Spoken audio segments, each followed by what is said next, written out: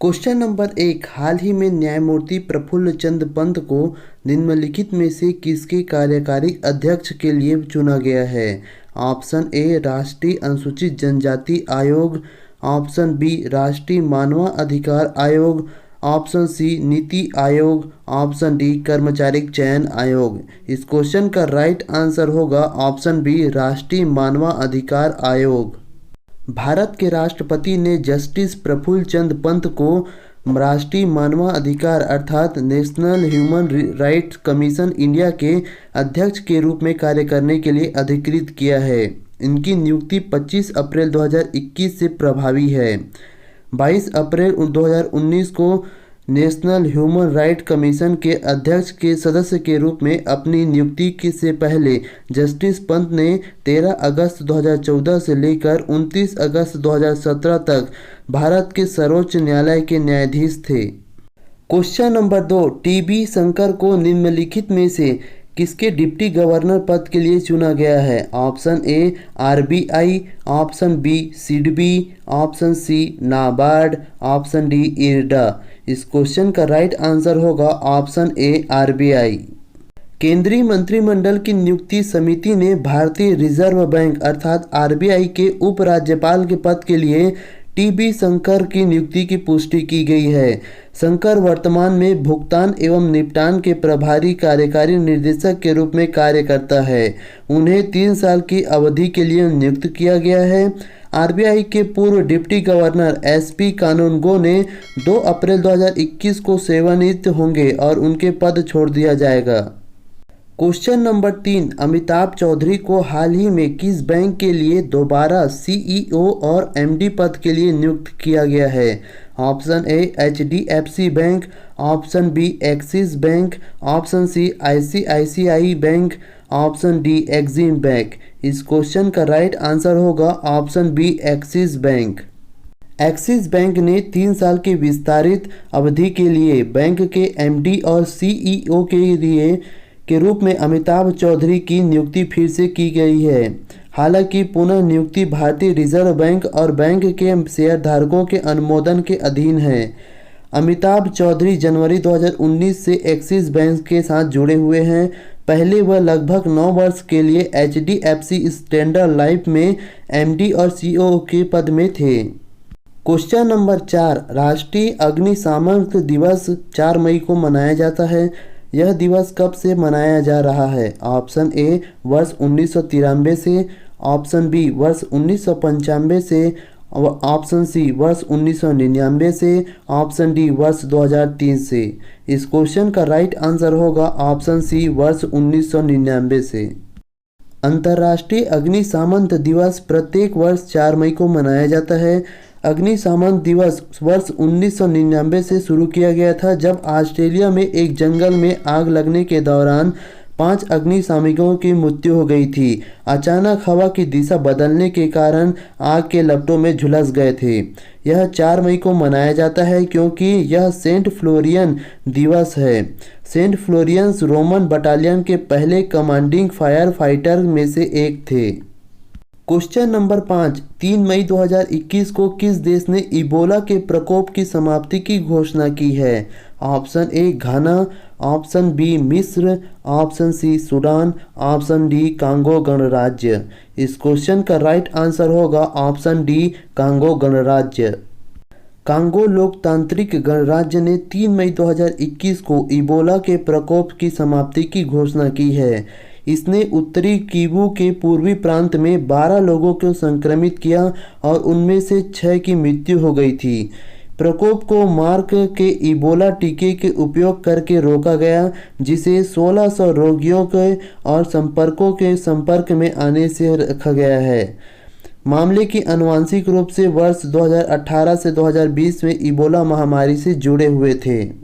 Question number 6, मुख्यमंत्री इडाप्पा पिलानी और उनकी मंत्रिपरिषद की इस्तीफा को किसने स्वीकार की है? Option A Bharat Lal Wangchu, option B Banwari Lal Purohit, option C Nirbhay Sharma, option D Jagannath Pahadia. इस क्वेश्चन का राइट आंसर होगा ऑप्शन बी बनवारी लाल पुरोहित।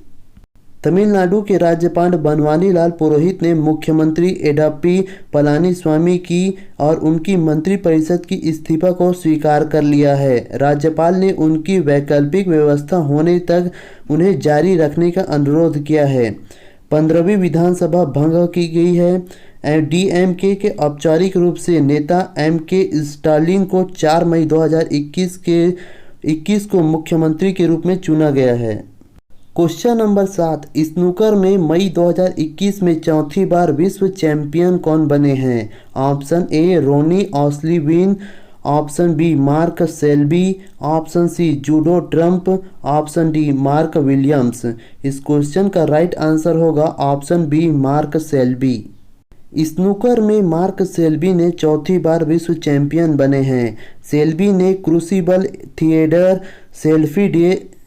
शेफील्ड ने 18-15 से जीतकर शॉन मर्फी को हराकर चैंपियनशिप जीती है। अब वह विश्व के रैंकिंग में जूडो ट्रम्प के बाद दूसरे स्थान पर आ गए हैं। उन्होंने चैंपियनशिप में 500,000 पाउंड के पुरस्कार की राशि भी जीती है।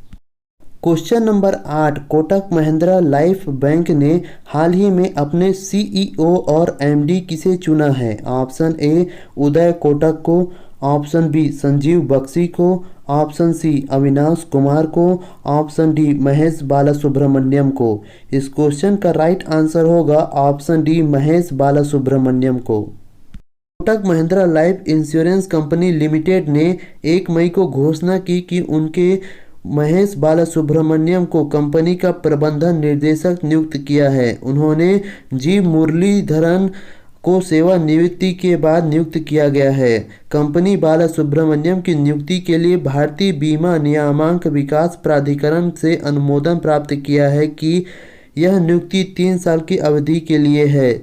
सुरेश अग्रवाल को कोटक जनरल इंश्योरेंस के एमडी और सीईओ के पद के लिए नियुक्त किया गया है। क्वेश्चन नंबर 9, विश्व अस्थमा दिवस कब मनाया जाता है? ऑप्शन ए 1 मई को, ऑप्शन बी 3 मई को, ऑप्शन सी 4 मई को, ऑप्शन डी 5 मई को। इस क्वेश्चन का राइट आंसर होगा ऑप्शन सी 4 मई को। विश्व अस्थमा दिवस हर साल 4 मई को पहले मंगलवार को मनाया जाता है। इस वर्ष विश्व अस्थमा दिवस 4 मई 2021 को मनाया जा रहा है। यह दिन दुनिया भर में अस्थमा की बीमारी और देखभाल के बारे में जागरूकता फैलाता है, जबकि प्राथमिक ध्यान अस्थमा से पीड़ित व्यक्तियों के साथ साथ परिवार, दोस्तों और देखभाल करने वाले लोगों के समर्थन करता है।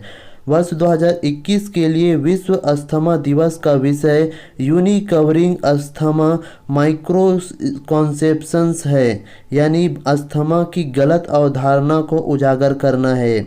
विश्व अस्थमा दिवस के इतिहास के बारे में जान लेते हैं। विश्व अस्थमा दिवस के आयोजन global initiative for the asthma द्वारा प्रतिवर्ष किया जाता है। वर्ष 1998 में बार्सिलोना, स्पेन में यह पहली बार अस्थमा की बैठक के संयोजन में 35 से अधिक देशों ने पहला विश्व अस्थमा दिवस के रूप में मनाया था। आइए जान लेते हैं क्या है अस्थमा। अस्थमा फेफड़ों की पुरानी बीमारी है जिसके कारण सांस लेने की समस्या होती है।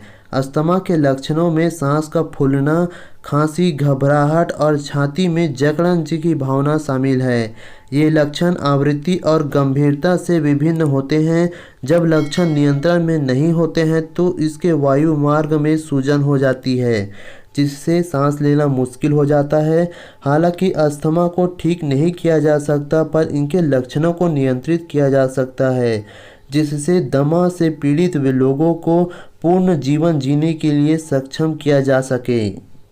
क्वेश्चन नंबर 10, हैमिल्टन ने हाल ही में पुर्तगाल ग्रैंड प्रीमियर लीग जीता है। इस जीत के साथ हैमिल्टन ने वेस्टपेन में कितने अंकों की बढ़त मिली है? ऑप्शन ए 4 अंकों की बढ़त, ऑप्शन बी 6 अंकों की बढ़त, ऑप्शन सी 8 अंकों की बढ़त, ऑप्शन डी 10 अंकों की बढ़त। इस क्वेश्चन का राइट आंसर होगा ऑप्शन सी 8 अंकों की बढ़त। लेविस हैमिल्टन ने वॉल्टरी बोल्टास और मैक्स वर्स्टैपेन को हराकर पुर्तगाली ग्रैंड प्रिक्स जीता है। इस जीत ने हैमिल्टन को वर्स्टैपेन पर 8 अंकों की चैंपियनशिप बढ़त दिलाई है। हैमिल्टन के लिए गौरव की दौड़ थी जो कैरियर में 97 ग्रैंड प्रीमियर लीग जीत चुके हैं। सर्जियो पेरेज जो कि रेड बुल के चौथे स्थान पर थे। दोस्तों, यदि आप हमारे चैनल में नए हैं तो हमारे चैनल को सब्सक्राइब कर हमें सपोर्ट करें। वीडियो अच्छा लगे तो ज़्यादा से ज़्यादा लाइक और दोस्तों में शेयर करना ना भूलें। इस वीडियो के PDF प्राप्त करने के लिए ज्वाइन कीजिए हमारे टेलीग्राम चैनल @CGPSC एग्ज़ाम या CG धरोहर। वीडियो के अंत तक बने रहने के लिए धन्यवाद।